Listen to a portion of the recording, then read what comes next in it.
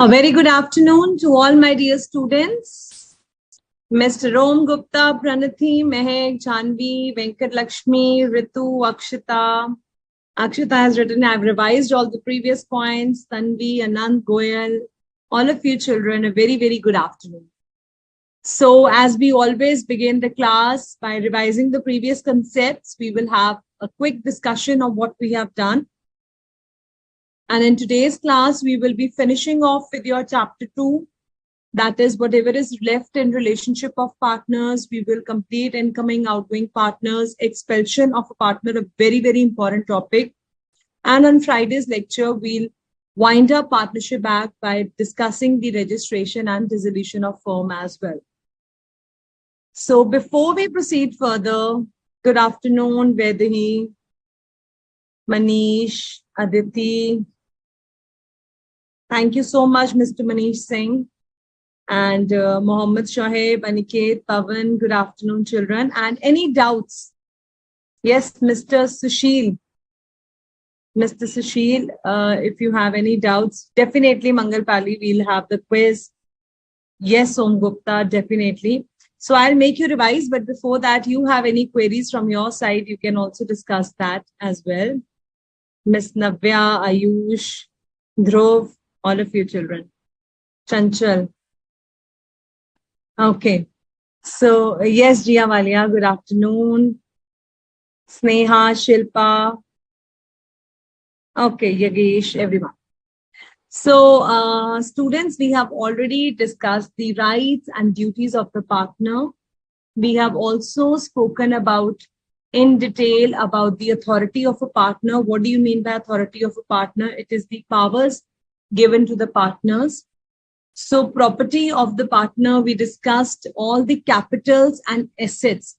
So how much capital that you contribute as a partner, as well as whatever assets that you have purchased in the firm, they become the partnership property. And how we have to apply that partnership property.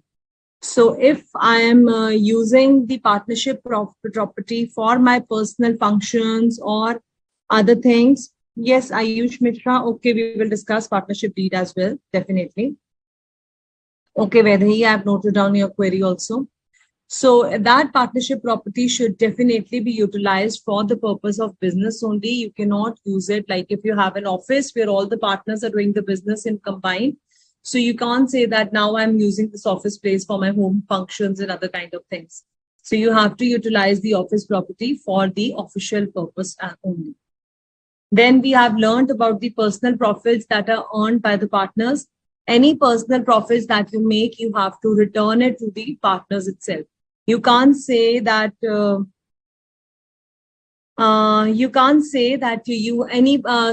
somebody asking about study materials. So Janvi M, this exactly the examples of section 16 are the same that are given in the study material. So these also we discussed them in the last class. So any personal profit the partners have earned, they need to return it back to the firm. Yes, now Vedi is asking relationship of partners to third parties. Now, child, this is the entire chapter about which we are going to talk. So I have divided into 4 categories, how your relationship of partners is dealt with third parties. Number 1, it will be the extent of liabilities for the actions of the firm. So whatever is a liability, what is the liability of partners? Tell me, is it limited? It is unlimited. What do you think? Partners' liability is from limited or unlimited? Meanwhile, others are answering. Ayush Mishra, partnership deed is the agreement. It is the bond that we have signed with each other, the contract. So the agreement that the partners have signed with each other, they make a deed. So the deed contain all the clauses, how the rights of the partners will be given, what will be the interest on capital, whether we need to pay the remuneration or not, what will be their share of profits. All these points are covered in the partnership deed. Okay, and don't worry, we'll be covering all the points from the study material itself today because there are many things which will be there in the study as well. Ayushi Jain, you can send your question again because I can't find. Okay, right of remuneration. So Ayushi Jain, right of remuneration means a salary being paid to a partner. So you tell me one thing, when is the salary paid? It's the relationship between employer and employee. जब आप किसी के पास job करते हो तो आपको क्या मिलती है? सैलरी या रेम्यूनरेशन. बट अब पार्टनर्स तो बिजनेस कर रहे हैं. So when they are doing business with each other, it says sometimes they have this right to remuneration. That means we have decided to pay certain amount of salary to a particular partner. So if such a right is already agreed between the partners, all these kind of terms and conditions in agreement must be mentioned in the partnership deed. So अगर हमने ऐसा कोई भी remuneration mention करा है, then that partner has the right to receive that particular remuneration. Okay, Ayushi, फिर उसको वो additional income जो salary की है वो भी मिलेगी. Excellent, all of you have answered unlimited liability. That's wonderful. In partners, we have unlimited liability. It's the only thing where the partners have limited liability, that is limited liability partnership, which will you be doing in the next week. All right. That's wonderful. Thank you so much, Sneha, Namaskar. Thank you. All right. So now let's come back to this point, how the relationship of partners is related to third parties. So you have already mentioned that number one, ma'am, 18 to 27 tells us that the partner's liability is unlimited. So in those sections, we will discuss how the partners are liable to the outsiders.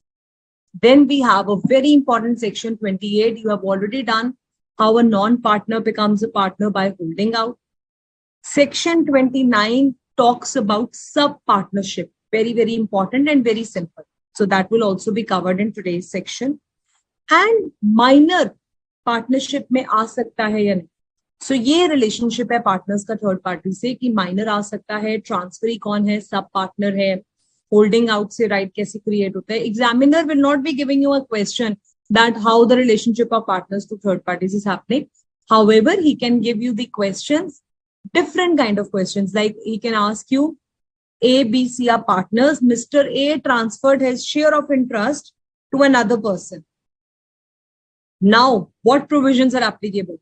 So once you have studied with me section 29, you will know that section 29 becomes applicable because a partner is allowed to freely transfer his share of interest to another partner. All right, so section 18 was completely discussed with all of you, and then we have also talked that agency is only related to the business and it does not cover your individual capacity.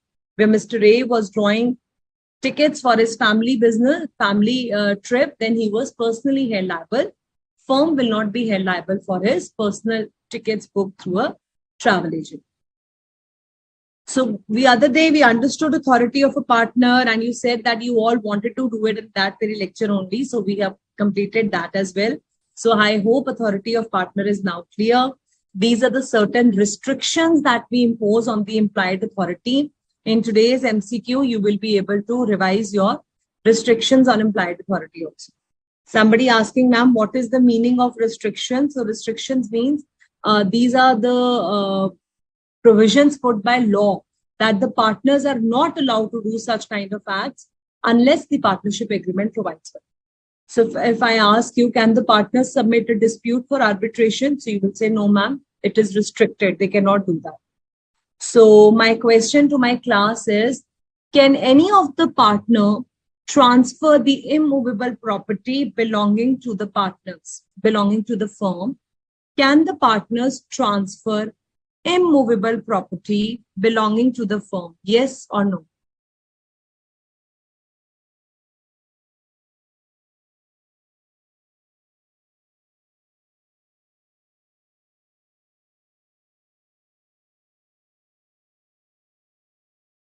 Relinquish, Mr. Venkat Lakshmi, Miss Venkat Lakshmi, I told you relinquish means to compromise any claim that the firm had to pay and now you're compromising as a partner. Okay, fine, we will give it up, we will not pay, or we are accepting it to pay. All these kind of things, a partner alone cannot take a decision. There is a restriction on his implied authority. All right, yes.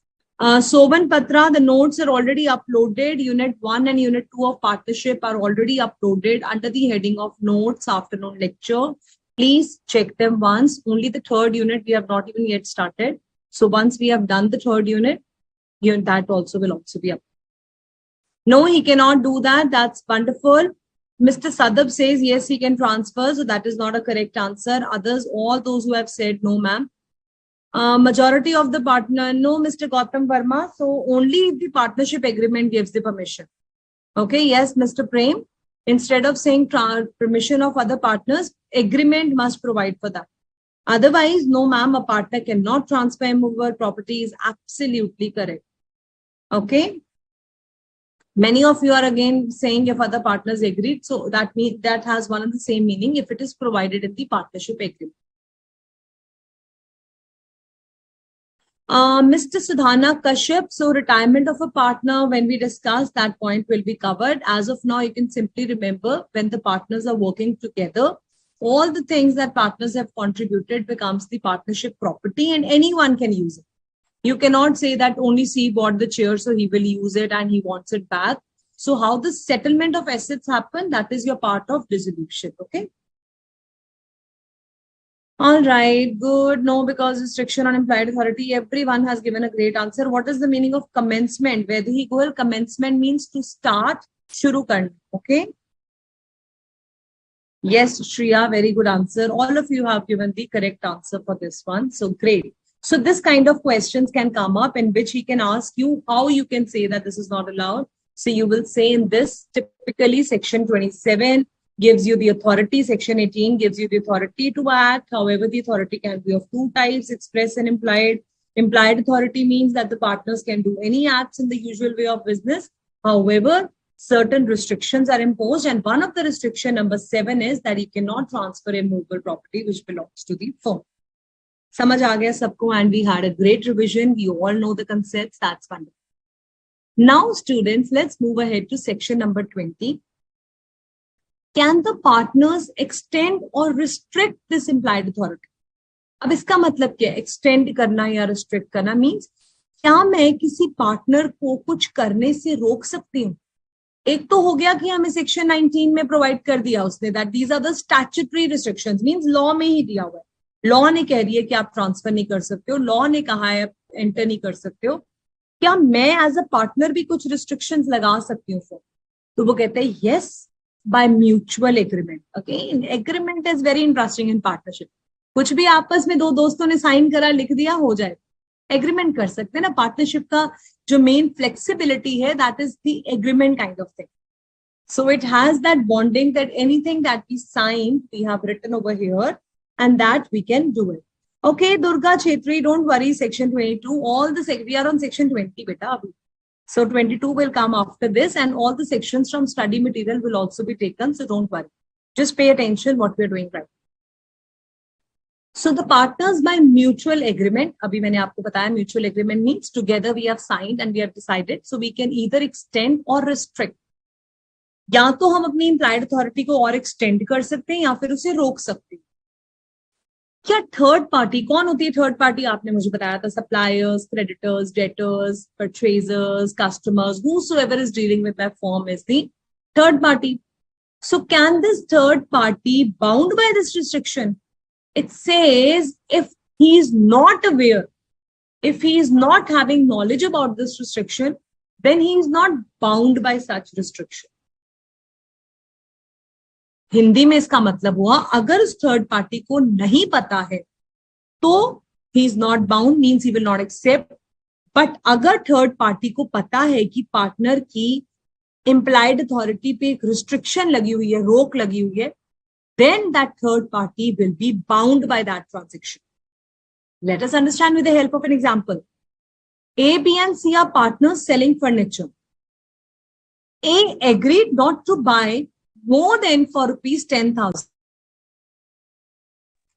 More than 10,000 means उन्होंने एक agreement कर दिया कि mister A जब भी आप furniture लेने जाओगे, so you will not be spending for more than rupees 10,000. But what did Mr. A did? He liked furniture from X's shop. So X is the supplier, he is the shopkeeper. He went to him and he liked nice big chair, 20,000 rupees worth. And he thought, this is a nice chair. Whenever I'm sitting in the office, I'll get the comfort to sit nicely. Let me spend rupees 20,000 and purchase this 20,000 furniture. Now, this shopkeeper, who was a regular dealer with his partnership firm, is not aware of this restriction. He doesn't know that the partners have mutually decided that A cannot buy more than rupees 10,000. So here, will X be liable? Can X recover additional money or not? You have to tell. So I told you that if the partners have mutually agreed, Mr. Bittu Singh is asking binding meaning in Hindi. Bind करना मतलब उसे उसको fulfill करना पड़ेगा या नहीं करना पड़ेगा. He's bind means he has to fulfill that thing. Okay? किसी को बांधना, उस liability के लिए बांधना. Okay? So Mrs. Shilpa, how the third party comes to know? Third party is one who has been a regular dealer. तो जब आप regular dealer होते हैं तो you might be aware, you might not be aware. So in this question, I have asked you that Mr. A has spent more than his restricted authority and supplier को नहीं पता था, he is not aware. So can the supplier recover the money or not? Can he claim it from the firm or not? Definitely, all of you are correct. Yes, ma'am, since he was not aware of the restriction, this is the line which proves that third party is not bound. That means now he can recover the money. He is not bound by it. But if X was aware of this restriction that he cannot buy more than 10,000, still he supplies him, then he cannot claim it from the firm. So then the firm will say, look, we already signed an agreement in front of you. You knew about this. You are a supplier who has been a regular visitor to a shop and we told you A cannot buy more than, still out of that you're trying to make your money. We will not pay you. A will personally have to bear this personal additional expense. Okay, so दो चीजें याद रखनी है. Partners की mutual agreement से restriction लग भी सकती है एम्प्लॉयड अथॉरिटी पे. Number 2, third party will not be bound if he is not aware of this restriction. If he is aware, then he cannot recover the money. Okay, so make your notes and flowcharts when you revise this point. Now comes the point of your liability. So you all mentioned that liability of partner is unlimited. How is it unlimited? 3 sections define it. Let us open the study material once, and from there we can do in detail about this. So we can cover all the topics from the study as well in between sections. So section 17 tells you simply the rights and duties of the partners after change. We've started from section 18. Because section 17 is very, very simple. It tells you when the new partner is coming, how the partners are going. When the partnership is for fixed period, what happens then? It comes to an end after the period expires. All these kind of changes, it tells you that the constitution of the firm changes. So if you're 3 partners, A, B, C, now D has joined, a new partner has come up, then A, B, C, D will be the partnership firm. So section 17 is very simple, nothing different to explain in it. 18, 19 we have done. Section 22 simply tells you, child, so somebody was asking section 22. It says 19 subsection 1 and 22 both deals with the implied authority of the partner. So implied authority always means that all the actions that the firm can take act to be done in the name of firm and only in the manner. So remember that example when I told you partners are in the business of sale and purchase of cloth and one of the partners go and purchase shoes. So you're not acting in the normal conduct of business. You're not using your implied authority in a real sense. Then firm will not be liable for that kind of transaction. A partner has implied authority only for the acts done in the matters of business. That is what section 22 simply tells you. So a partner can pledge, sell the goods, buy the goods, borrow the money, contracts, all these kind of things partner can do in commercial nature. He can also sign, endorse, and transfer negotiable instruments. What is the meaning of negotiable instruments? In your new syllabus, better you complete your CA foundation and November attempt only, children, because if you drag it till May, most of the syllabus is going to change and then negotiable instruments will also come in the CA foundation. Otherwise, don't worry. As of now, negotiable is part of your CA inter syllabus. So you should have a basic knowledge. Negotiable instruments means the bills of exchange, promissory note, and checks.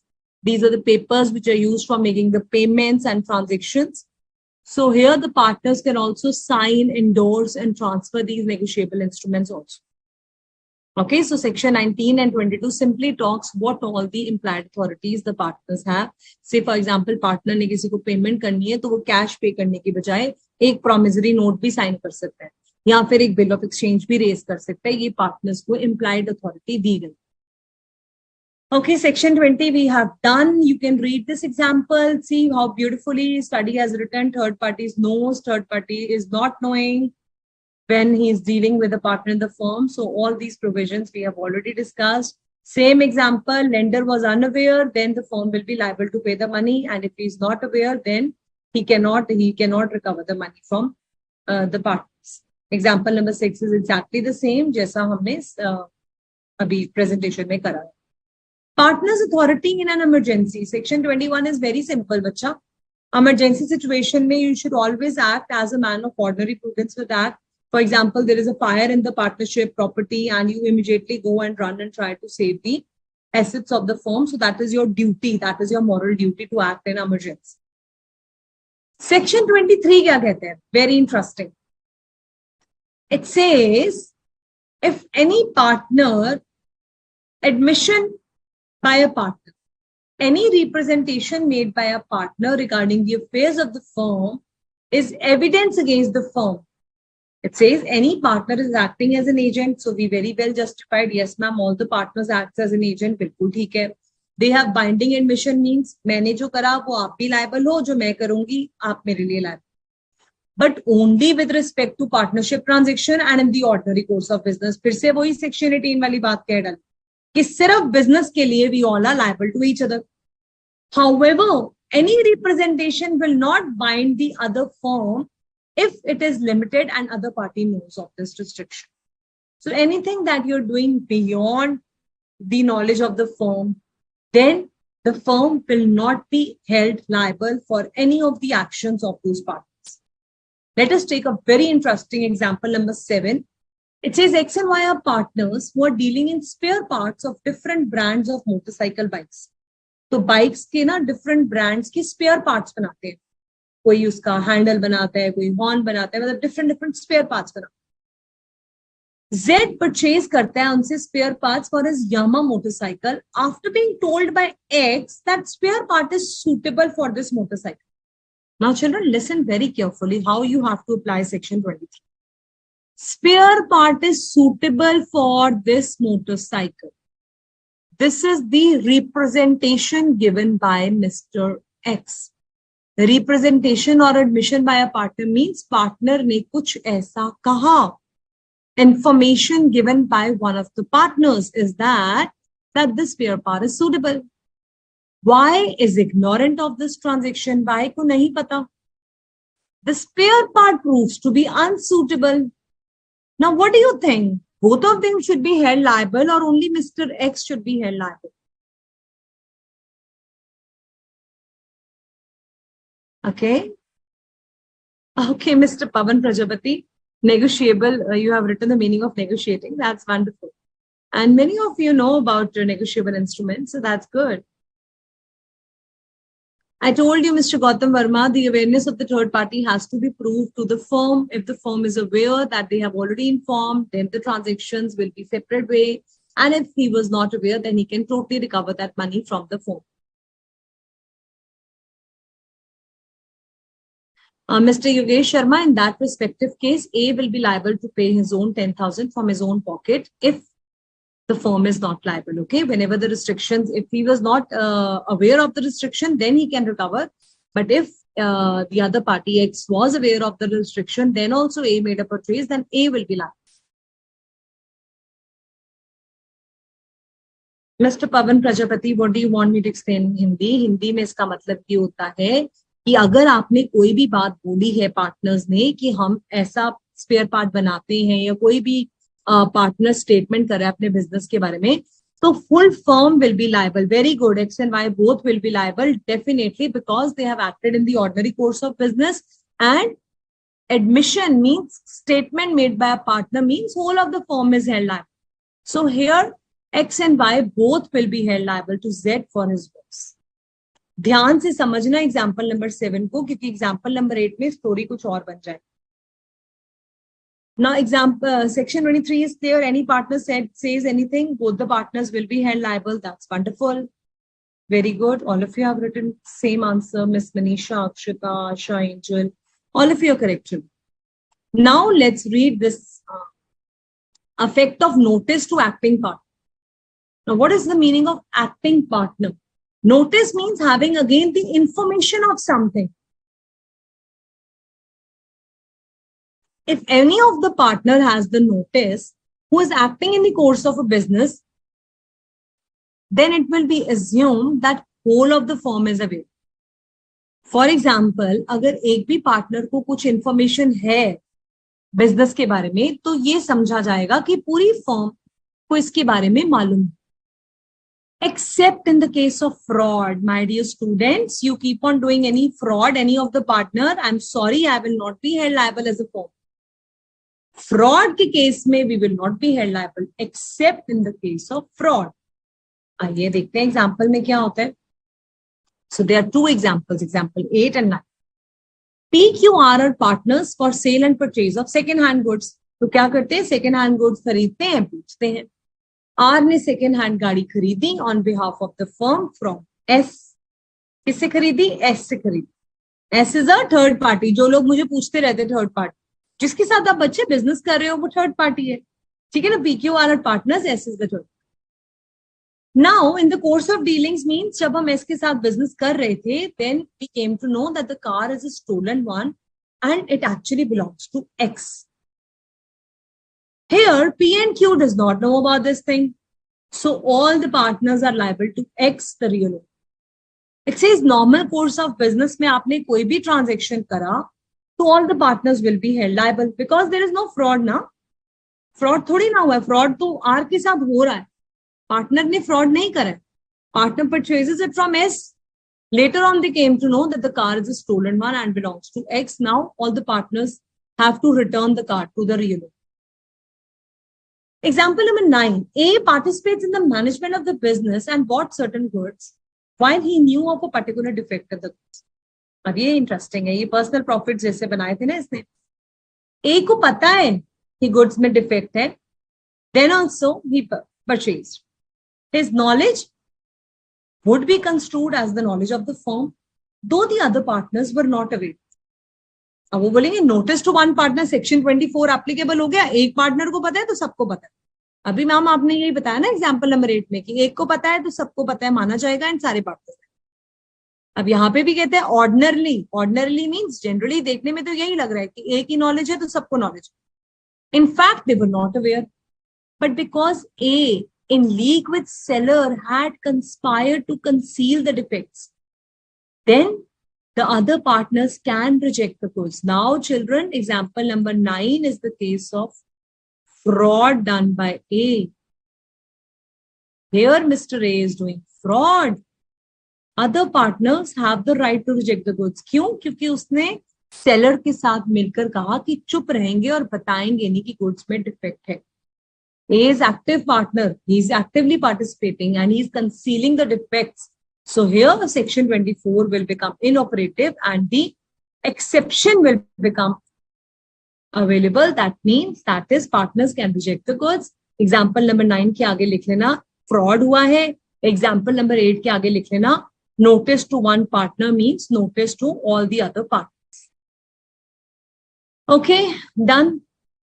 22, 23, 24, all sections are clear. Now let's move to section 25 to section 27. Liability of a partner for the acts of the firm. तो बच्चे अगर आपने बोला A 10,000 capital लाया, B 15,000 capital लाया है and C 35,000 capital लेकर business कर रहा है, A कितनी लेकर आया? 10,000. सो जब भी बिजनेस में लायबिलिटी आएगी तो क्या सिर्फ सी लायबल है या सी एंड बी लायबल है? आप बताओ मुझे. आपको ये तो पता है कि लायबिलिटी अनलिमिटेड है. Yes, definitely, Mohammed Shoaib. This needs to be proved that whether there was fraud or not, again, it has to be proved in the court of law. Nishi Garg, nice, acting partner dealing in the day-to-day activities. That's good. Firm is not liable. Okay, now answer me this one. Do you think if A has bought 10,000, B has bought 15,000, and the liability bought by C, capital bought by C is 35,000, will all the partners be liable or only C should be liable?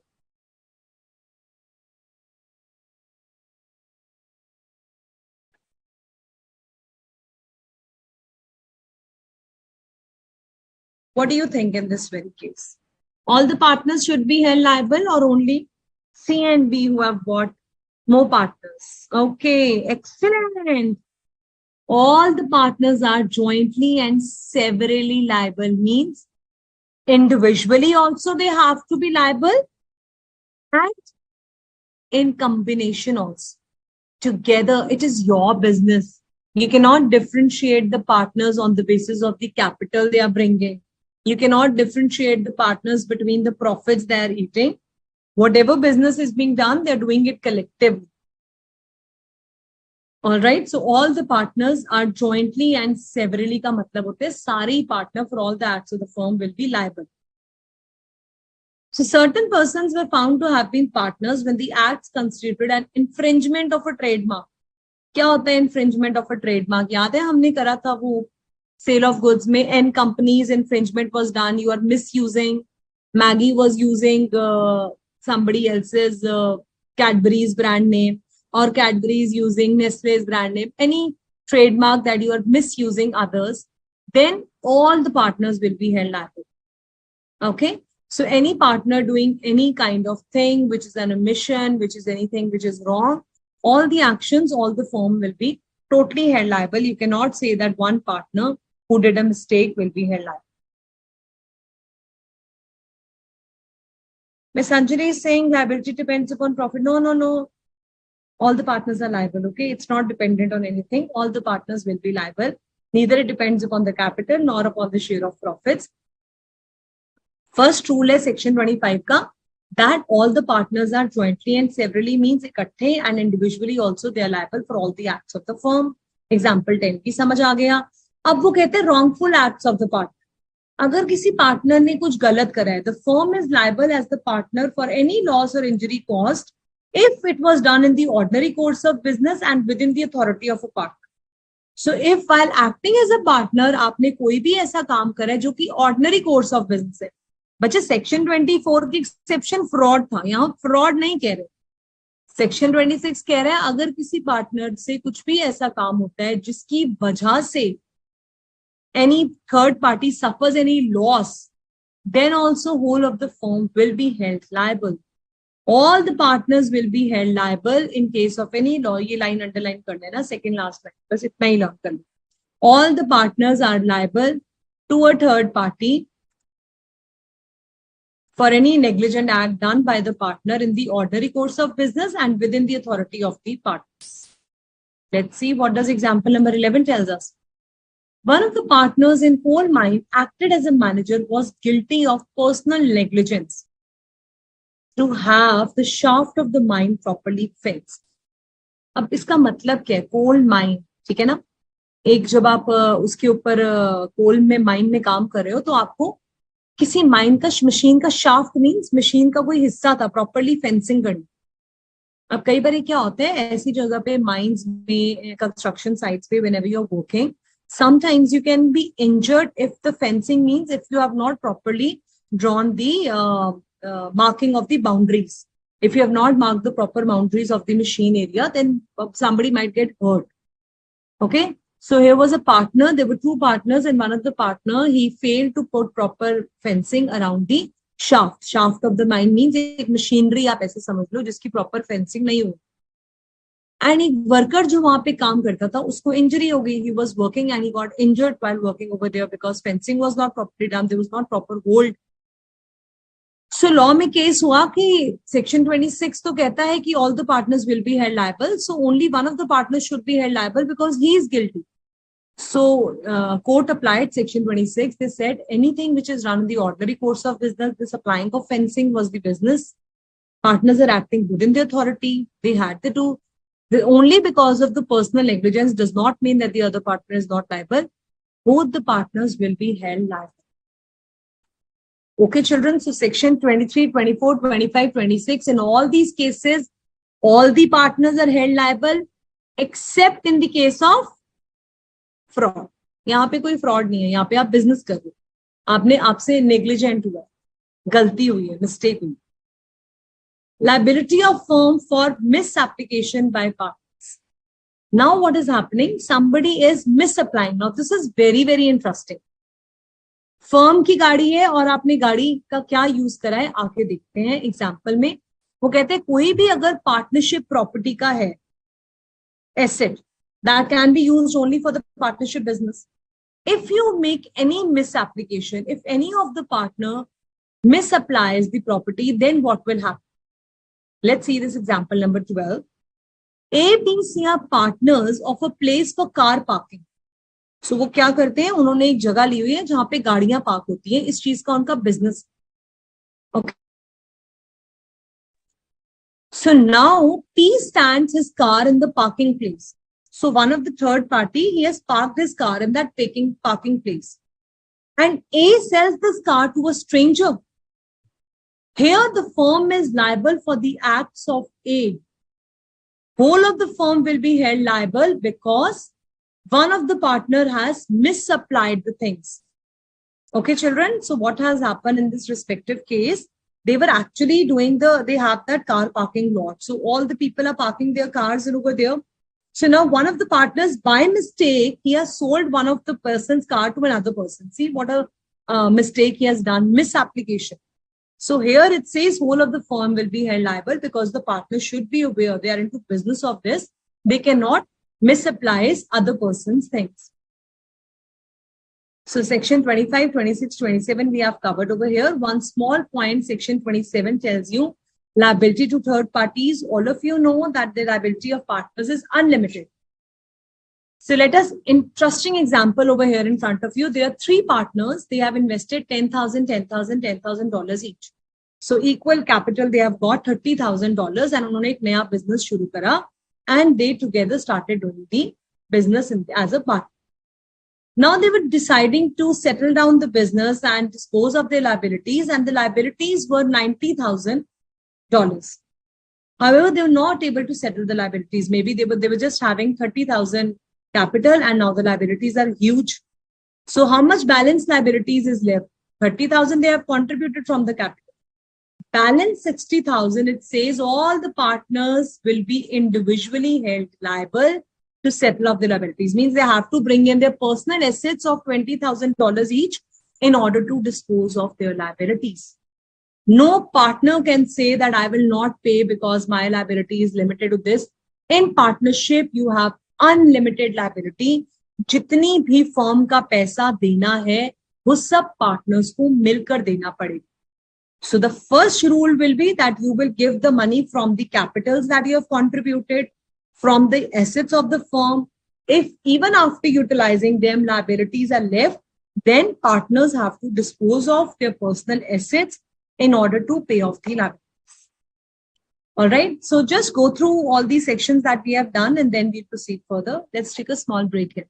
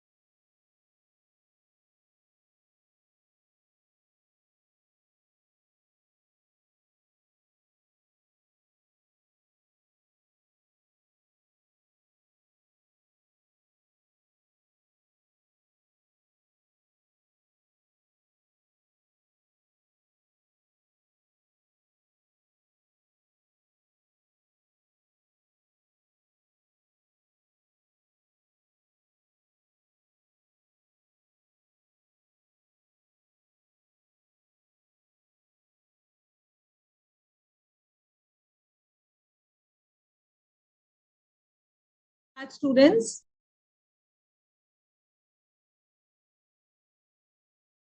Yes, Yogesh Sharma is writing even for a small mistake. So yes, even if a small mistake and such a big mistake also if you have made, if you're selling someone else's car, definitely whole of the firm becomes liable. That's correct. Fiza Freen is asking misapplication and wrongful are kind of same. Definitely, it has to be seen very closely. The only thing is if fraud has been done, then only that respective partner will be held liable. Okay, so wrongful liability is again similarly related to it, but you just have to see in the thin line of difference. Misapplication means you have applied it in a wrong manner. Kisi ki gaadi thi and you sold it to someone else. So misapplication, that was in the partnership property that car is standing, your responsibility is to take care of the car, and when the person comes, he will just take it back. But now you have misused it. And wrongful act means jahan pe aapne, you are held guilty of your misconduct. You have not acted in a proper way. No, Gautam Verma, there is no delay in liability. Liability unlimited means that you have to pay for it. Sovan Batra is saying, couldn't understand example number 10. Bacha, what you did not understand in example 10, please ask. Section 23 Hindi में समझा दीजिए, Miss Chanchal. So section 23 Chanchal simply tells you that all the partners are acting. जो भी अगर किसी partner ने कोई भी चीज कही है, कोई भी स्टेटमेंट बोली है ना, तो वो ये माना जाएगा कि सब सारी फर्म ने ये बात कही. जैसे कि एक्स ने कहा कि स्पेयर पार्ट है सूटेबल, तो वाई भी इस चीज के लिए लायबल माना जाए. एक पार्टनर ने बोला मीन्स सबने बोला. एक पार्टनर को नोटिस है मीन्स सबको नोटिस है. इन हिंदी नाम चले. Okay. And example 10 infringement. Navya, infringement means you are misusing someone's trademark. Say for example, I am using a brand of Coke and I started selling my own home drink with the name of Coke. So I am misusing. I'm not allowed to do this. Whenever you do such kind of things, it will be considered as a wrongful act. Example number 10 simply tells you that where any such infringement is being done, where misusing any trademark by the firm took place, then they will be liable for the damages. It is immaterial whether the damages arose after the dissolution. So अगर आपने कोई भी ऐसी गलती करी है, wrongful act करा है, you are misusing someone else's, you are negligently doing this, okay, infringing, मतलब आपने intentionally अपना brand name बनाया. Suppose मैंने ये bottle बनाई और यहाँ पे लिख दिया कोई भी brand name. If it is Dublin, I'm sending it with Probot. So I am trying to misuse their trademark. So now whole of the firm which is in charge in making such water bottles, they will be liable for the damages. Damages क्यों आएंगे? दूसरी वाली जिसका आपने trademark लिया है उसको नुकसान पहुंचेगा. आप अपनी सेल बढ़ा रहे हो, उसकी सेल कम कर रहे हो, मिसयूज कर रहे हो, तो you will have to pay. Okay? All right. Guilty of negligence, Amit, means that if you have done something wrong and you're guilty of that, you're feeling bad about that negligence. Dhruv, what have you not understood in section 27? Please ask. It means if you have misapplied any of the partnership property, then whole of the firm will be held liable for that.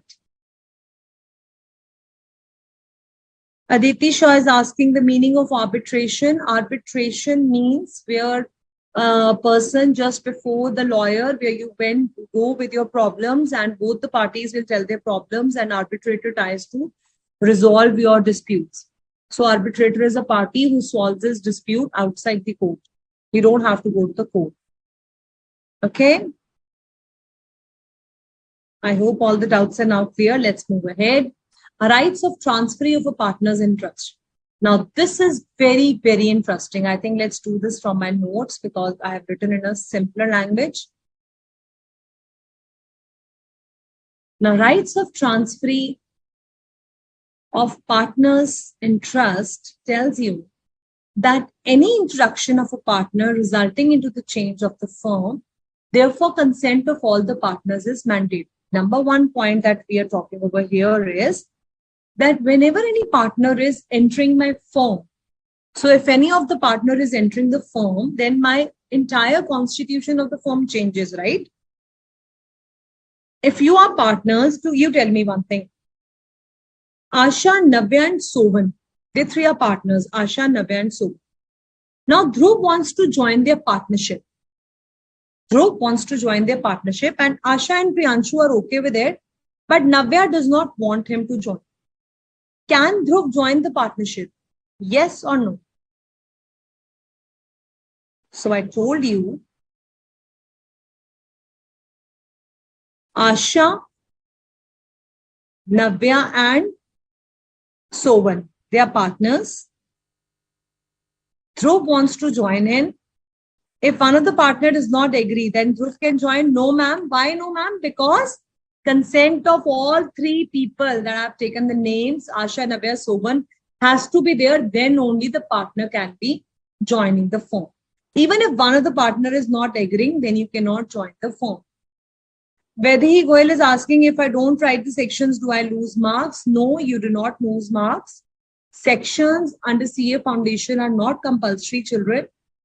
The relationship of partners is such a huge chapter that we just try to cover it with the help of sections, because sections help us to understand what we have done and what not. So topics are the most important things which you should know. Even if you don't remember the sections, that's okay. Okay, and all of you have given wonderful answers. All of the partners should have consented. So my students understand now, even if one of the partner is not ready, then a new partner cannot join. And now, still Dhruv joined even when Asha did not agree. Now, Asha can obtain the demand for dissolution because her consent was not taken. If any of the partners' consent is not taken and still the new partner joins in, he can demand for dissolution of the firm. He can say that now we need to dissolve the firm. I'm not going to work with you, or whatever conditions he wants to keep. He can request for the dissolution of the firm. Otherwise, what happens on the joining of the partners? You generally have, you have to have consent of all partners. Whether he goes, there is a difference between majority of partners and all the partners. Children, where the word all the partners is written, all means all, 100%. And where majority is written, there above 50% can also do. So here, new partner admission, all the partners' consent is required. And if you have not obtained, okay, I just told you sections are not compulsory, okay? And but never write a wrong section in the exam. If you can learn that, then it's okay. Okay, and Ayush Mishra, definitely you can write in your own language also. There is no problem with that. Yes, Venkat Lakshmi, he can file a suit for dissolution in case we have not obtained his consent. Now, these are the 2 points which talks about the introduction of a partner. So if you want to introduce any partner, now this ABC, Mr. A said, I am too overloaded with my work and I need certain assistance and help, and I want to transfer my share of profits to another partner, Mr. D.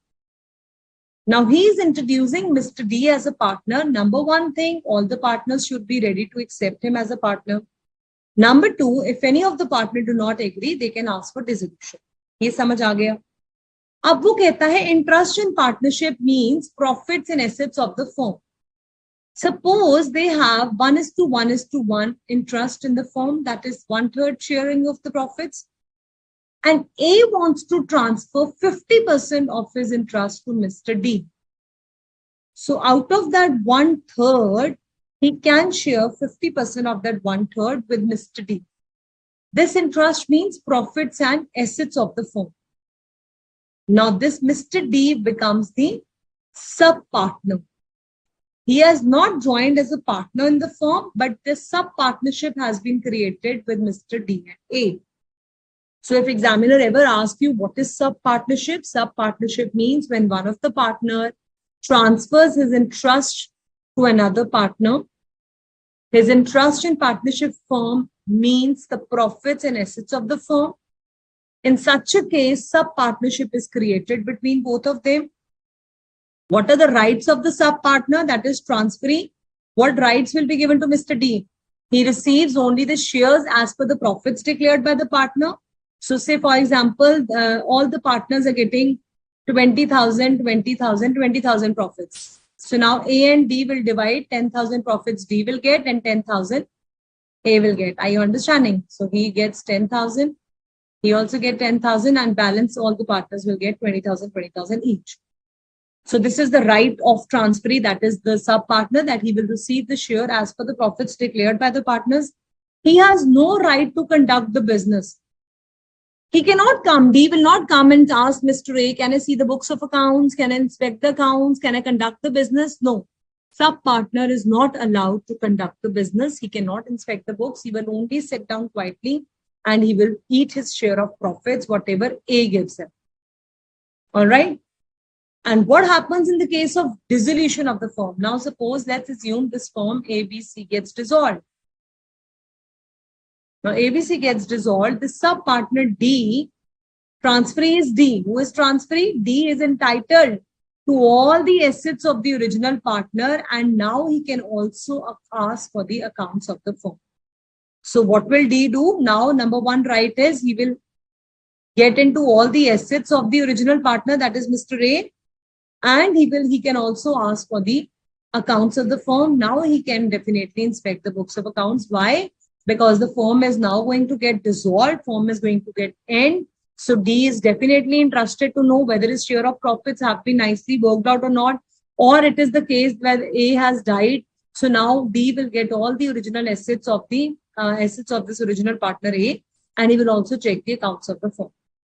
So section 29 subsection 1 deals with the continuation of the business. As far as the business is being continued, this transferee cannot interfere in the business of the firm. And section 29 subsection 2 children tells you, as and when the business comes to an end, he can interfere with the accounts and he can also step into the assets of the original partner. Samajh aa gaya? Section 29, we can just have it a fair reading from the study as well. So this is during continuation. He cannot पढ़ लेना अच्छे से. He is not entitled to interfere with the conduct, to check the accounts, to inspect the books. He is only entitled to receive the share of profits. He cannot challenge the accounts.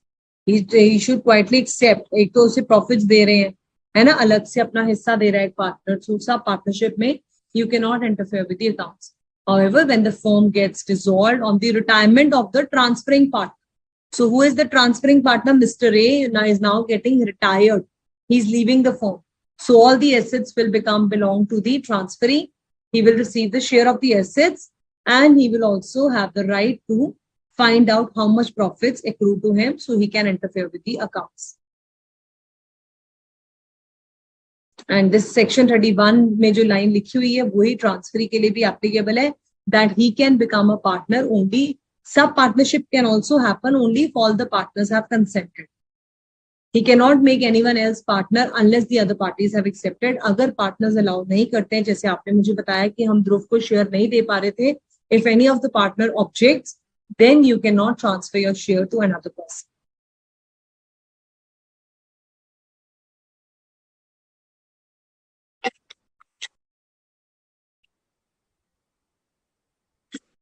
All right. Now comes your favorite section, section 30. So any person below the age of 18 years is known as minor. Before we proceed to the minor becoming a partner, quickly tell me, can minor enter into a contract under Indian Contract Act 1872? Yes or no? Can a minor enter into a contract? Yes, Manisha, consent of all the partners is required. Whether he will not be having liability, he will only eat the share of the profits to which he is entitled.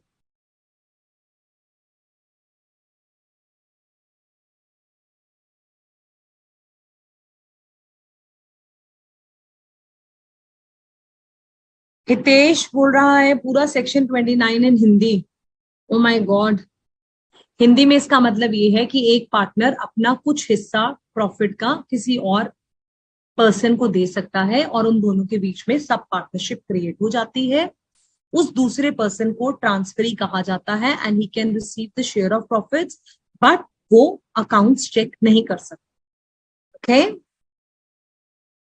Yes, Shilpa, in case of retirement only, then he will get all the original assets of the transferor.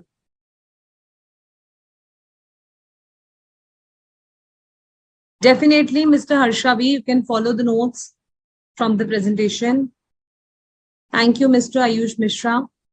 I'm glad you're finding partnership interesting and easy. Okay, no ma'am, minor cannot enter into a contract, but I was looking for this answer that Mr. Rom Gupta has given. Contract with minor is void ab initio. ये लिखना चाहिए आपको, okay? Now start speaking the language of law. Many of you have written, very good, Garv Agarwal. No, he has still not attained the age of 18 years. Minor cannot enter into contract. He cannot, yes, yes, yes, very good. Manisha has also written the same. Okay, Mr. Dhruv will say it. We'll try doing that. Although we are not allowed to take the lecture in Hindi. But still, अगर आपको कुछ नहीं समझ आता है, आप पूछ लो, मैं आपको बता दूँ. Okay? All of you have written beautifully. Many of you have now written, ma'am, minor cannot enter into contract. Any contract with minor is void ab initio. ठीक है? Void ab initio का मतलब क्या होता है? That means it's void from the very beginning. Void contract वो होते हैं जो become unenforceable due to some happening. But minor के साथ any contract you cannot enter. It's not valid at all. It's void ab initio from the very beginning. Why? Because minor is not competent to enter into a contract. Under section 11, you must have read that free consent. So section, I think section 13 tells you of the Indian Contract Act, the parties who are competent to enter into a contract. So minor is one of the parties who is not competent to enter into a contract. Now, you have already told me that contract with minor is void ab initio and he cannot enter into any contract. So what do you think? Can he be partner? Very nice answers, Jia Walia, Fizarfeen, and Munish Bindal. Many of you have written very detailed. Gautam can be entered, no one can blame. Yes, Gautam, that's also correct. Okay, but आगे पढ़ लेते हैं, फिर उसके बाद आप पूछना. Yes, Aniket, dissolution chapter 3 है. अभी रुक जाओ. When we go to dissolution, we'll discuss. Mr. Sadab, section 23 में क्या नहीं समझ आया वो पूछो. पूरा सेक्शन बच्चा बार बार रिपीट करेंगे तो फिर हमारा सिलेबस रह जाए. आप पूछ लीजिए जो समझ नहीं है. Okay? All right, let's move ahead. All of you have written correct. Now let's understand. Yes, Saloni, that's fine. So with the now can minor be admitted to the partnership? So section 30 subsection 1 says, yes, ma'am, minor can become a partner. Again, consent of all the partners is required. Please note down, not majority of the partners. So if I have 15 partners in my firm and 10 partners agree that yes, you can take minor, this little boy, cute little boy who's working in the laptop, he wants to become a partner in my firm. Let's assume he's 17 years of age and he wants to join his dad's business as a partnership. So 15 members, may say 10 partners have accepted, 5 do not want him to come as a partner. Can this little boy join as a partner? Yes or no?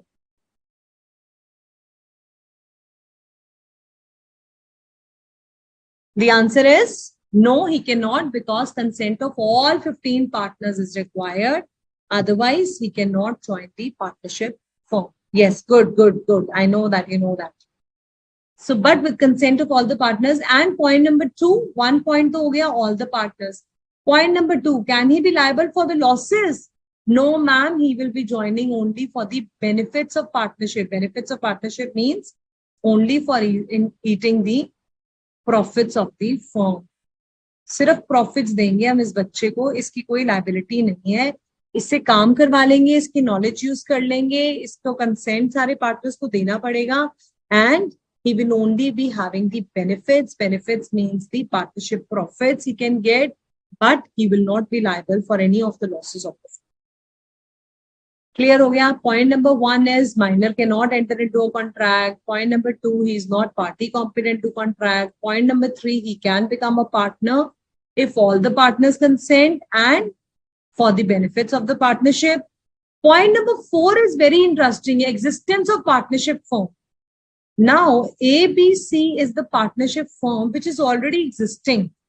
They have already been doing the business and now they want Mr. D, a minor, to join the firm. Then, if all the partners agree, Mr. D can join. But can we say that A, B and minor D wants to start the business as a partnership firm? Law says that cannot be. Minor cannot be starting the business. If you're already doing the business, he can join in if the firm is already in existence. But if you ask that, ma'am, can we open up the business with a minor child, then you cannot. Consent of the partners is very much important. Point number 5, for minor to join the firm, all the partners should consent. Then only the minor can become a partner. Clear ho gaya? Now this I have just briefly written the paragraphs, but if you want, we will cover all the points from the study material also. Minor's position during minority. Now what will happen during minority? Point number 1, he has the right to access the books of accounts and also to do the inspection. Now आप बोलोगे ma'am minor है, उसको कैसे पता कि books of accounts कैसे देखते? So maybe through his uncle or through his friend, he can ask someone to check the firm's accounts, whether his share of profits is being given fairly or not. Why minor is entrusted to see the books of accounts? Because he is entrusted in his share of profits. Limitation is that he cannot inspect other papers. Okay, he can only ask for the profits and access the firm's account, but he cannot inspect other papers. And in case, point number 2, in case he is not satisfied, say for example, he was to receive 1/4 of the share of the profits, and he is not satisfied. He believes that that share has not been properly held. Now he wants to take an action against the firm. Then he must sever his connection. He must cut his connection with the firm in order to file any suit for the accounts of the firm. Suppose minor को गुस्सा आते है कि मेरा share of profits ढंग से नहीं दिया गया, तो अब उस minor को firm के against action लेना है. तो इस एक्शन लेने के लिए पहले उसे अपना कनेक्शन फर्म के साथ कट करना पड़ेगा. Means he has to leave that firm, then only he can go for the recovery. He can go and file a suit for the accounts of the firm. So two position of minor during minority. Number 1, he can access the books of accounts, but very limited access is given. He cannot inspect other papers. He cannot say, show me all the rent deeds also, show me other agreements, what the business is doing, everything. No. Only for his share of profits, he can see the firm's accounts. And point number 2, if he wants to take any action against the firm, he should leave the firm and then only he can take an action against the firm. And what happens on attaining the age of majority? Now, he was a minor when he joined the firm. Say, for example, he joined the firm in December 2022. At that time, he was a minor. And on 1st April 2023, he became major. Maybe it was birthday on 1st April and he became the age of 18 years of age. Now, public notice within 6 months of attaining majority. Now, 1st April, say May, June, July, April, May, June, July, August, September. So till 1st September, he should give a public notice that whether I want to become a minor or not. Or within 6 months of acquiring knowledge, he can decide whether he wants to continue. If he do not give any notice, he will be treated as a partner in the firm. So what is the option available to a minor on attaining majority? Within 6 months time period, he is required to give notice to the firm that whether I want to join you as a partner or I don't want to join you as a partner. He has this choice is given, this option is given to the minor, whether you can join the firm as a partner or you can take a decision if you don't want to join as a partner. But क्यों उसको ये फैसला करना पड़ता है? क्यों 6 months का time दिया जाता है? Because his rights and liabilities completely changes once he become a major. So what you have to read from the study material is, you can leave this section 30. You can simply come to analysis of section 30. आपको law वाला typical section read करने की जरूरत नहीं है. Study material ने very beautifully has given you the analysis. Analysis means details of what section 30 tells you. Here are the rights of the minor partner. Minor will get the share of profits. He can inspect the books. We just discussed. He can sue the partners, but only when he has severed his connection. Severed means if he has cut his connections with the firm, then only he can take an action. And the option of attaining majority, within 6 months, he should choose to become a partner or not. Now, very interesting point. What will happen after he has accepted this choice? If he elects to become a partner, then he will get the shares to which he was entitled as a minor. If he does not, his share is not liable for any acts after the public notice has been served. So now why 6 months time period is given? वो कहते हैं कि minor आप सोच लो till September, you take your sweet time and tell us know whether you want to be a partner in a business or not, because if he chooses to become a partner, his share of profits remain the same. Please write it down. If minor chooses to be a partner on attaining majority, if he chooses to become a partner, his share of profits remains the same.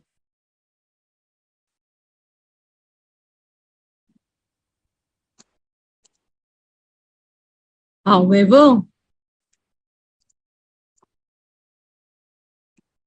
he become liable with retrospective effect, that is from the date of joining the firm. Please write it down, then I'll explain.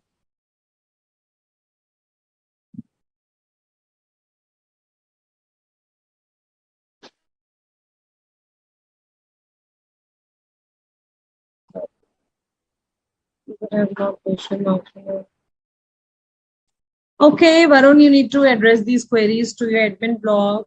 Admin case, can minor bring in the capital or not? Aditi, again, it depends upon the choice. Yes, whether you can learn with the analysis, it's okay. Yes, Yogesh, that is what I'm going to explain you, how he becomes liable after joining the firm. Sandhya Mangal Pali, that's correct. Okay. Now, children, very interesting. On attaining majority, see, his share of profit remain the same. So, वो जो 1/3 था वही रहेगा.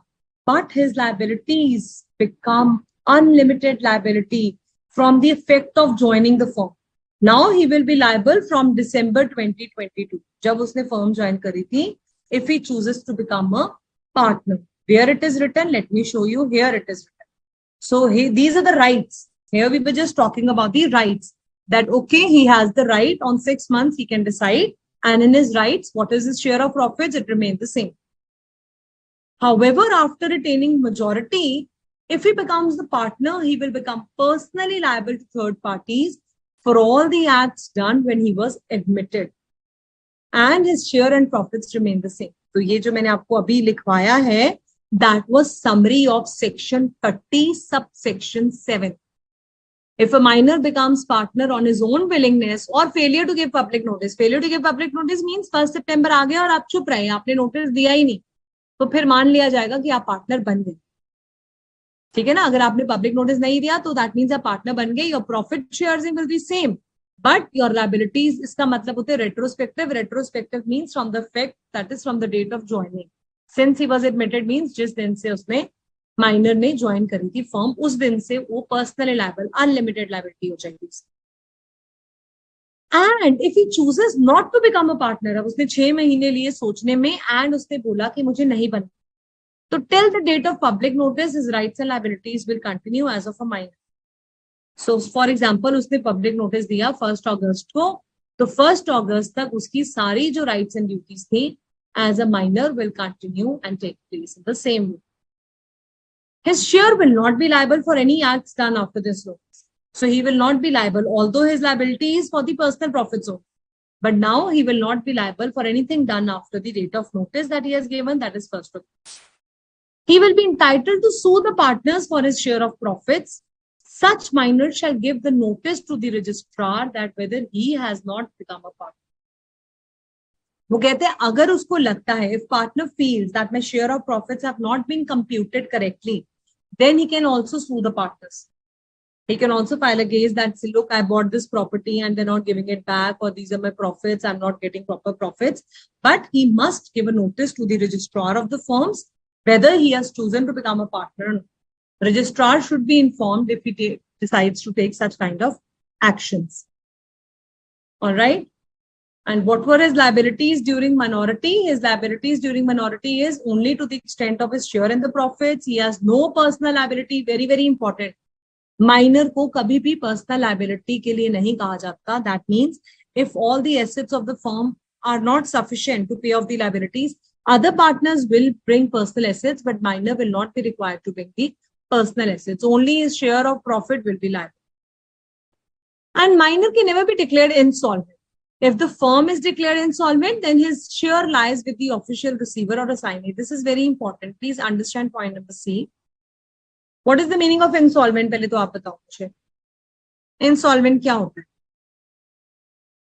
Retrospective समझ आ गया आपको?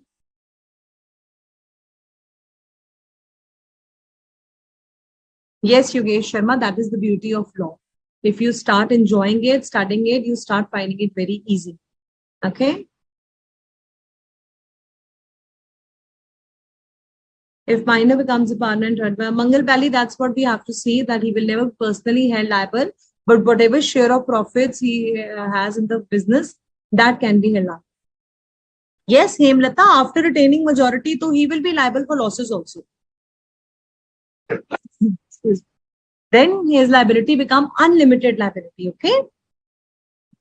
Very good. All those who have given the correct answers. Insolvent means when you're not able to pay the debts. That's excellent.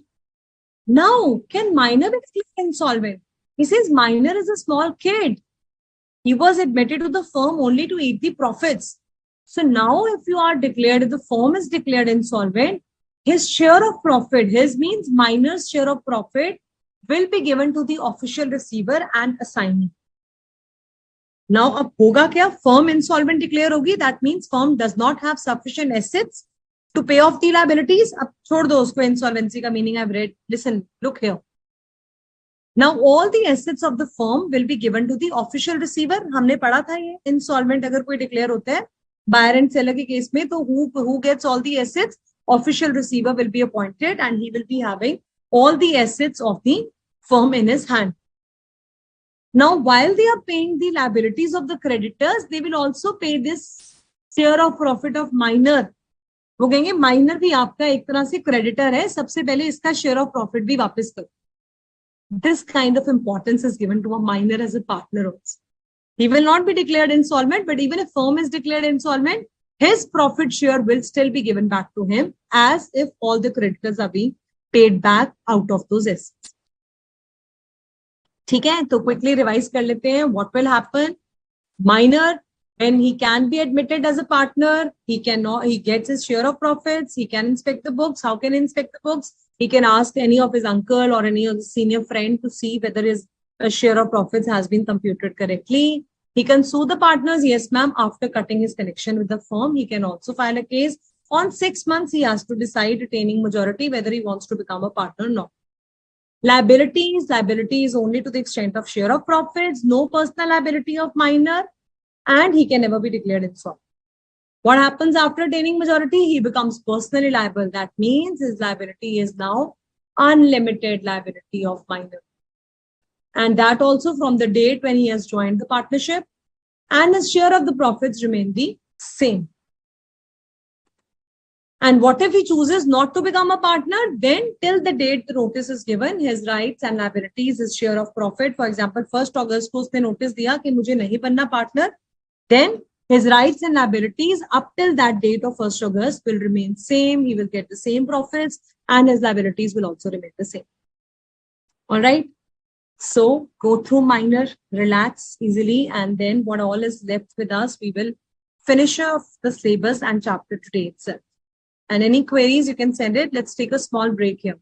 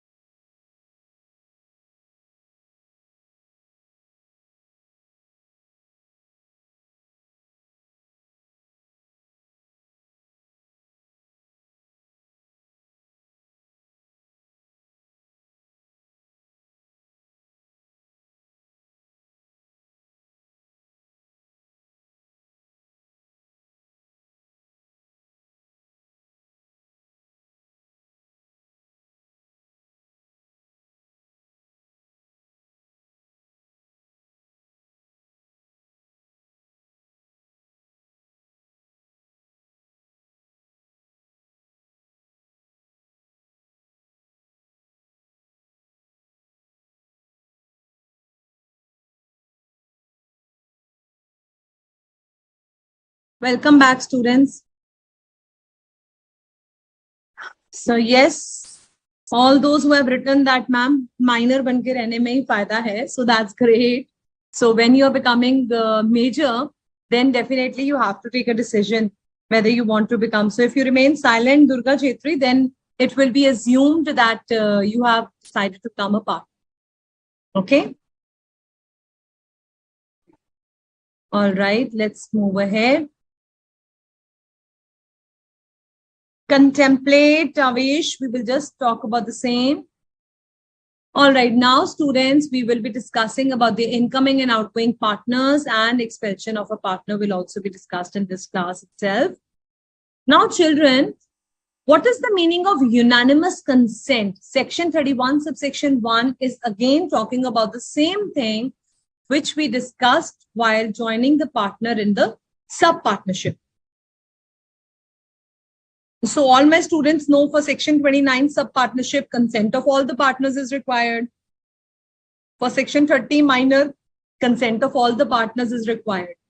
Incoming partner basically means admission of any partner. Admission of a partner, any partner who is joining. Whether they are joining as a minor, whether they are joining as transferee or normal partner is joining, unanimous consent means all the partners should give the consent. Without unanimous consent, no person can be introduced. What is the meaning of subject to contract in section 30? It says section 30 has provisions of minor. वो हमने अभी पढ़ लिया, वो अलग है. But minor के अलावा कोई भी person अगर join करता है, all the partners should have agreed, then only that person can join in as a partner in the firm. However, no such person is liable for any acts done before his partnership in the firm. Now, this Mr. A and this yellow Mr. B is very happy and introducing Mr. C as a partner. So they said, wow, our firm is now growing. We will get more business. Let's join in hands with Mr. C as well, and let's do business together. Now, A and B started this firm on 1st April 2020. Okay, they started the business on 1st April 2020. And today, say for example, it is 1st July 2023. Okay, let's take the today's date. It's 2nd August 2023. And today, Mr. C is joining the firm. So, unanimous consent, all the partners have agreed. They are happily allowing him to join the firm. Now, when this Yagesh Gupta, unanimous means all the partners. Sabka ikattha consent. Everybody is agreeing for the partner to join. So now Mr. C is joining on 2nd August 2023.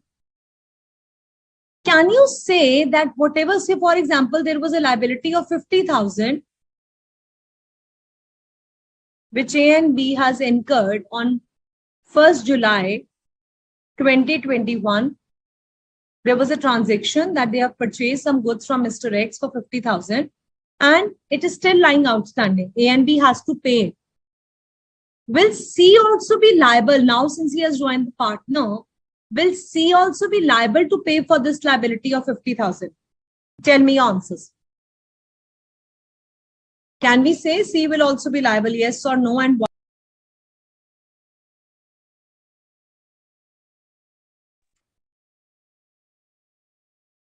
No, he is not liable is absolutely correct answer. Why he will not be held liable?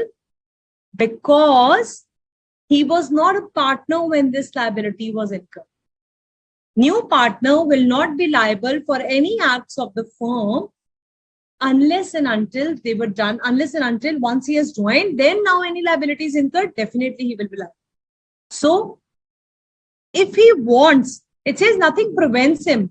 If C is really willing, children, then he can take up this liability himself. Maybe he has come from a very big shot and he says that I don't mind. I am ready to pay off your liabilities which were incurred before also. Then no one can, avoid him. Everybody would be happy now. Why would anyone say? So if you're purchasing a packet of chips for yourself and your friend says, हाँ जितने मर्जी खरीद ले, I'll pay the bill. So you will be tempted to buy 2 more. So if somebody is joining as a partner and he is ready to accept and pay for your liabilities, then nobody will stop him. But otherwise, he is not required to pay for any liabilities before joining the firm. Okay. Ms. Durga Ch-3 is asking if one partner is not willing, then he can join. No, then he cannot join the partnership. All the partners should be together, willing to take him as a partner. If any partner is not willing, then new partner cannot join the firm. Okay. All right. Excellent. All of you have given the correct answer. So wonderful. Admission of a partner. Only these 2 points have to be remembered. And you can give an example. But if examiner asks you that can he take up the liability if he wants, then it is his own sweet choice. Now, outgoing partners. Now, these 3 partners have been left. A, B, C are very happy. And this D is running. He's saying goodbye. I'm leaving the firm. So outgoing means you are saying goodbye to the firm. You are going and leaving the firm. You are not going to stay with the firm anymore. It happens on retirement, insolvency, expulsion, and death of the partner. So let us see what is the meaning of retirement of a partner. So what happens in the case of retirement of the partner is,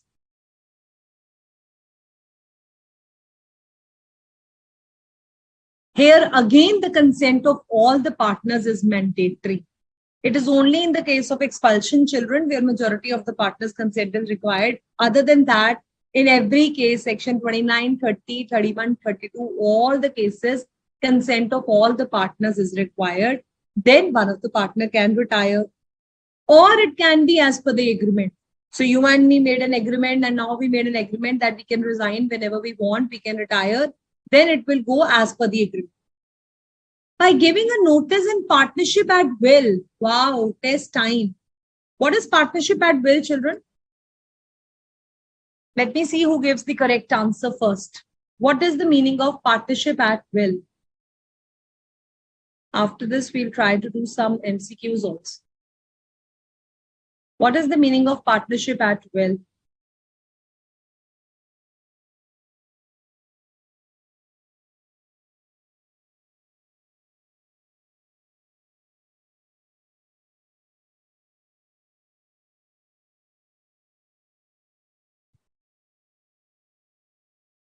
ABC partner hai. Ayush Mishra is asking.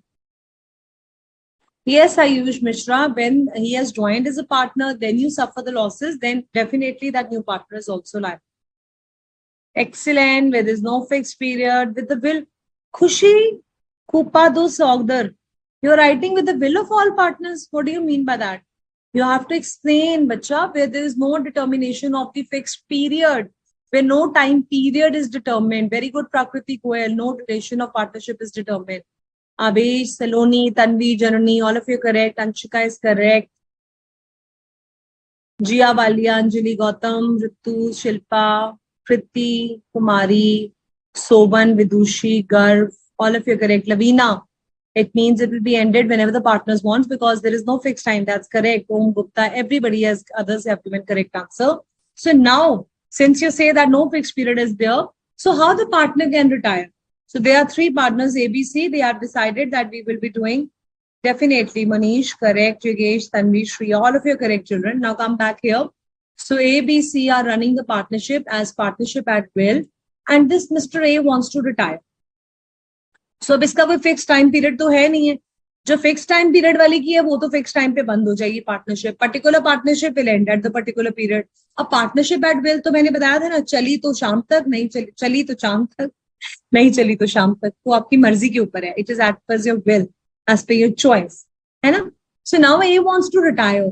So he simply needs to give a notice in writing that, look, I want to retire from this firm and I won't be working anymore. B and C agrees to this notice, then he can leave the firm. So in any other firms, all the partners need to consent or as per the agreement. However, it is the only in the case of partnership at will, where there is no fixed period, a notice in writing has to be given by the partner who wants to retire. Now, this statement you all have already been answering and now you all know also.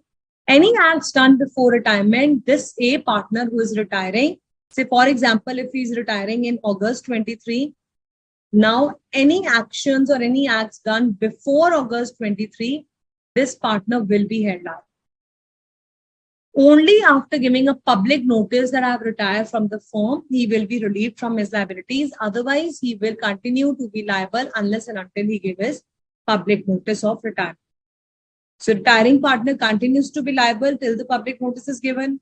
He is liable to anyone who is dealing without knowing. He is not liable to anyone. Now, say, for example, there's a third party who doesn't know that he was a partner in the firm. To them, he will never be liable. Okay, so it's very, very important that he should be known to the third party. And once he has given the public notice, after that, this retiring partner will never be held liable. Notice should be given by the retiring partner or any other partner. So either A himself can give the public notice, or B and C reconstituted firms means जो remaining partners ने मिलकर firm बनाई है, वो वाले partners भी public notice दे सकते हैं and A भी दे सकते हैं. Children, do you need to give public notice in case of dominant partner? If you're a sleeping partner, then no need of public notice. If you're declared insolvent, दिवालिया ही निकल गया, पैसे ही नहीं है, no need of public notice. Death of a partner, oh my God, the partner has died. Why do you need to give a public notice? He has already died.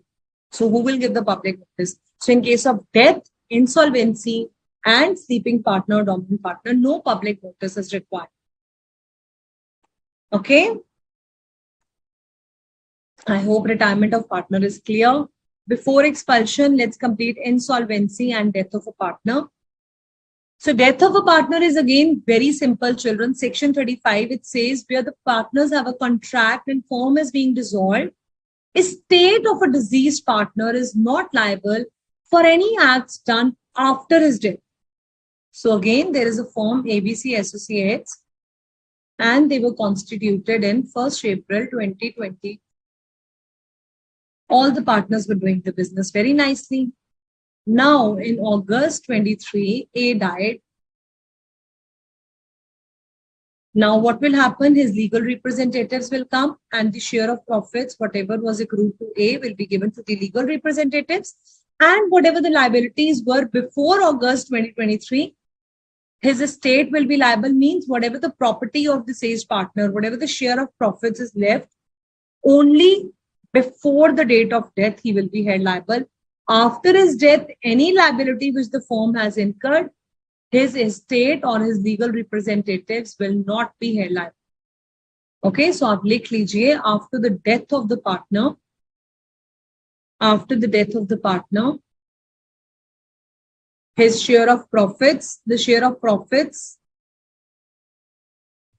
of deceased partner means जो मर चुका है, of deceased partner, or any of the legal representatives will not be held liable.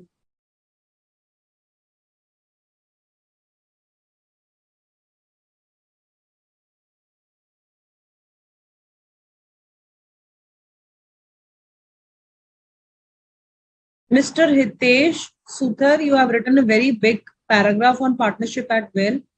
I have given it a quick reading and it's absolutely correct. And I agree with you that partnership should always have a partnership agreement, which is a document and it contains the partnership deed. So it's always advisable to have the written document so that anyone can be held responsible for any causes later. Okay.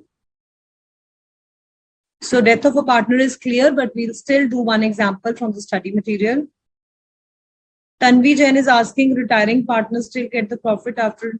No, definitely no. He will not receive any profit after he has retired, madam. But yes, public notice, he will be held liable. So very interesting question she's asking. She's saying, if he has not issued the public notice, will he keep getting the profits? Also, not at all. So you get your profits, only that is only for holding you liable. Public notice is required, but you will not be getting the share of profits.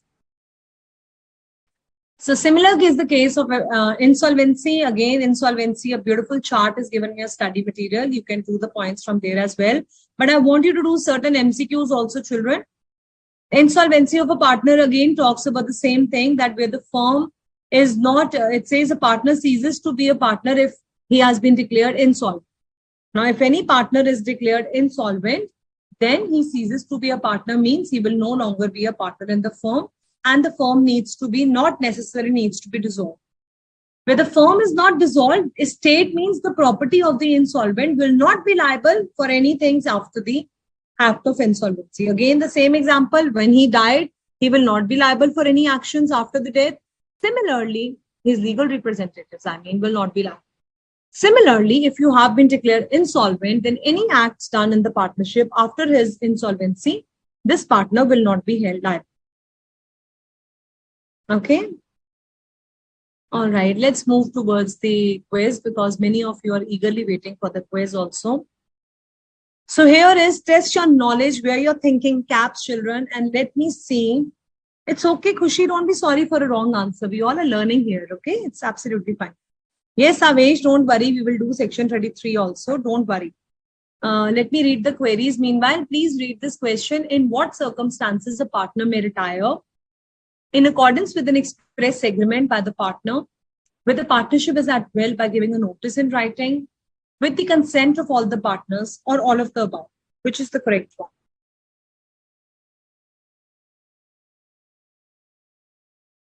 Mohammed Shoaib, that has to be seen in a respective case. As far as the partner has died, he will not be held liable for any liability which is being occurred later on. Anything which has been occurred before his death, then we can hold the legal representative as well as his share of profits. So when we say estate, means his share of profits will be held liable.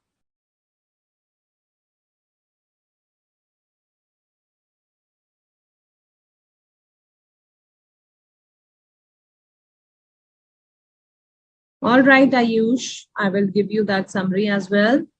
If no notice is given, partner, what will happen then?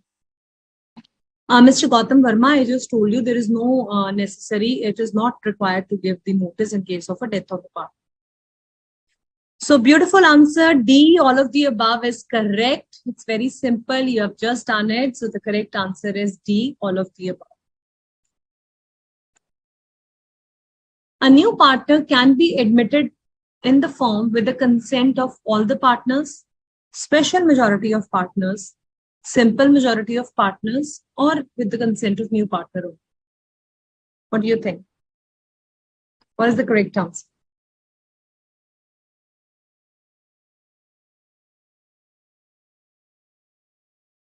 Aniket, wrong answer. 1D was correct.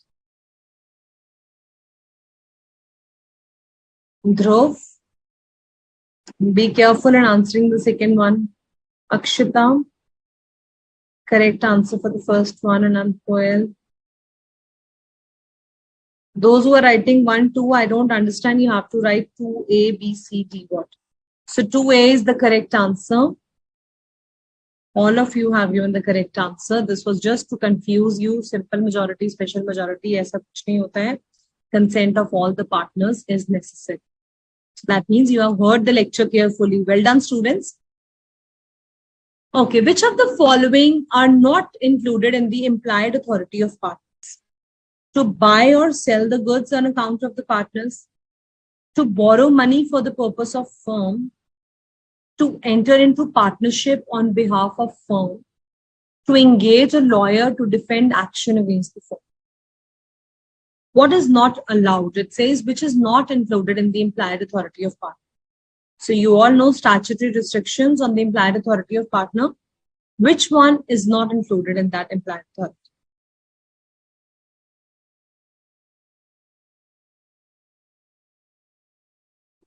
Yes, correct answers have started coming. Om Gupta, wrong. Varun, Vedahi, Aniket, right. Aniket, no, that's not correct. Jia Walia is correct. So the first few answers, it's easy to take the names, but then too many answers difficult. Quickly tell me, children. So this is related to your statutory restrictions on the implied authority. You all have answered me that you cannot buy and sell the goods, you cannot borrow money, you cannot engage in the partnership. But was it anywhere mentioned, Sadak? Not wrong. It's wrong. Chanchal, it's wrong. Many of you are giving a mixed answer. So listen carefully, children. Here you have to tell me which is not included in the implied authority. Implied authority of partners में कौन से नहीं included है. Okay, na? So which is not included in the implied authority is to engage a lawyer to defend action. So it says there's certain restrictions. So he can buy and sell the goods. So what is not? So where is the restriction? So it says where is the restriction? This point number C will be correct. to enter into partnership on behalf of firm is absolutely correct. Can you buy and sell? It says, yes, as a partner, you have the authority to buy and sell the goods. Yes, ma'am, we can do that. Can you borrow money? There was nowhere mention about the statutory restrictions that you cannot borrow money. It was only saying that you cannot withdraw or accept any claims for the firm. Engaging a lawyer is again talking about the arbitrator. You cannot engage an arbitrator to defend an action. There is a restriction in appointing a lawyer or arbitrator. However, what is not included is to enter into partnership.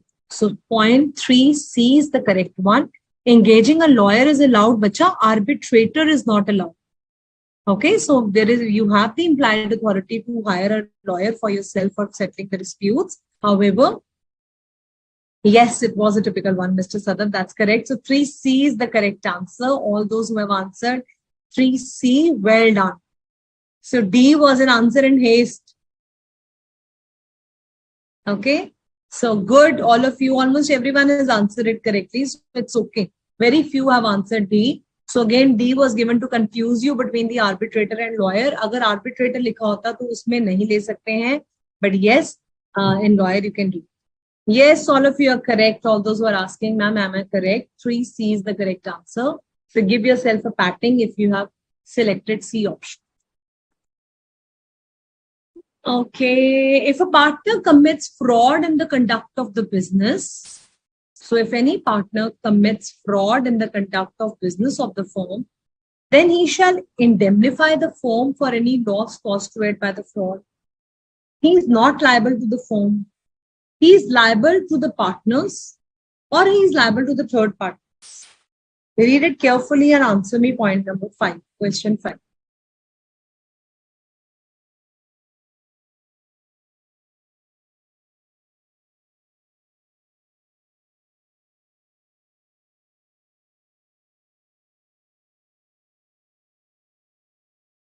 कोई भी partner fraud करता है तो क्या answer होगा इस case में? He is liable to the third parties. Okay.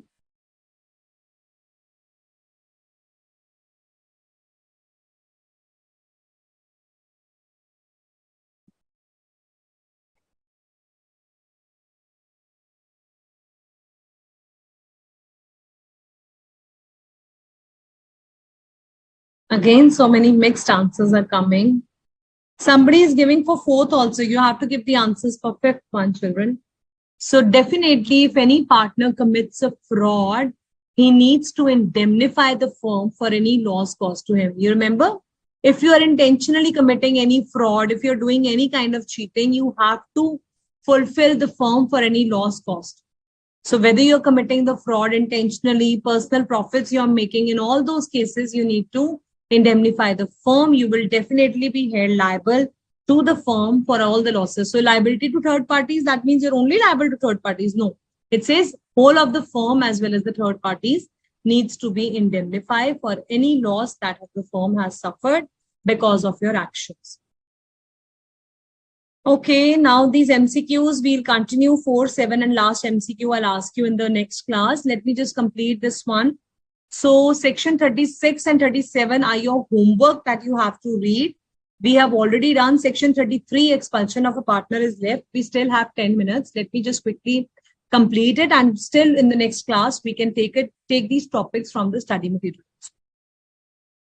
Now it says, can a partner be expelled? You have understood the retirement of partner. You understood about the insolvency and the death of a partner. What happens in case of expulsion? Now all the eyes and ears here, listen very carefully. It's a very, very important topic. It says partner cannot be expelled from the firm. Remember, I told you expulsion is a very, very harsh word used. It means just asking the partner to leave the firm. He's thrown out of the firm. He's asked suspended from the firm. Now, this serious action can be taken only if majority of partners agree. Here, it is not consent of all the partners. Section 33 is the only exception where the word all is not written, majority of partners is written. Also, there should be a partnership agreement which gives the power of expulsion. वो कहता है तभी आप ये expulsion exercise कर सकते हो, आप किसी पार्टनर को तभी निकाल सकते हो अगर आपने अपनी पार्टनरशिप डीड में एक्सपल्शन क्लॉज डाला है, remember partnership deed, I showed you their retirement of a partner, expulsion of a partner. So if that expulsion of a partner is written in the partnership deed, then only section 33 can be applied. Should be exercised in good faith. Now this is very, very interesting, you know, very important also, very interesting. अब ध्यान से सुनो, 3 partners हैं A B C, ठीक है.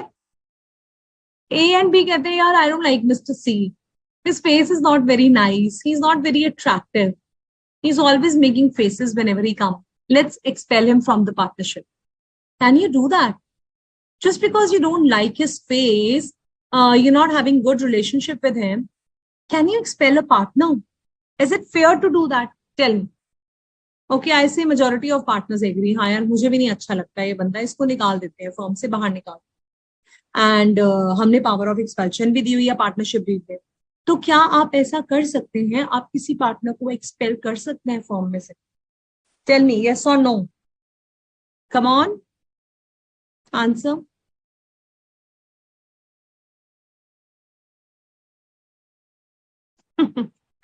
Okay, your smileys say a lot. No ma'am, we cannot do that, it's not fair.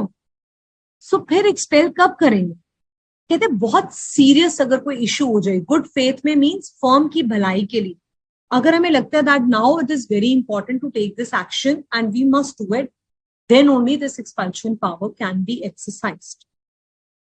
Okay, so number 1, power of expulsion must be given in the contract. It must be exercised by majority of partners should agree to it, and it can be exercised in good faith, like somebody has done any problem with the cash of the business, or somebody, yes, it's a primary cause. Very nice. It's not a valid reason. Very beautifully you all have written.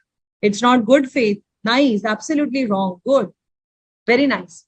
So all the students now understand that partnership is not about, you know, liking and disliking. If you have decided to do that, then you better dissolve your firm if you're having such kind of fights. But expulsion can never be done on such cases. You need a very strong reason for it. Somebody has, you know, hurt someone's feeling. Somebody has done really wrong. In those cases, expulsion is done. Where they say why expulsion is needed, but expulsion is not needed. We are understanding कि expulsion क्यों हो सकती है. अब expulsion का मतलब होता है जैसे 4 बच्चे स्कूल में खेल रहे हैं, तो एक बच्चे ने कुछ बहुत ही गलत काम कर दिया, दूसरे बच्चे को बहुत बुरी तरह से हिट कर दिया, तो प्रिंसिपल ने कहा कि इस बच्चे को स्कूल से सस्पेंड कर. तो अब ये जरूरी तो नहीं है कि हर किसी को सस्पेंड करना है, बट वो कहते हैं सस्पेंड तभी होगा अगर ये क्लॉज में था. इसी तरह से कोई अगर चीट करता है, कोई क्रिमिनल एक्टिविटी करता है या फिर कुछ भी गलत करता है, तो पार्टनरशिप में उसे एक्सपेल करा जा सकता है.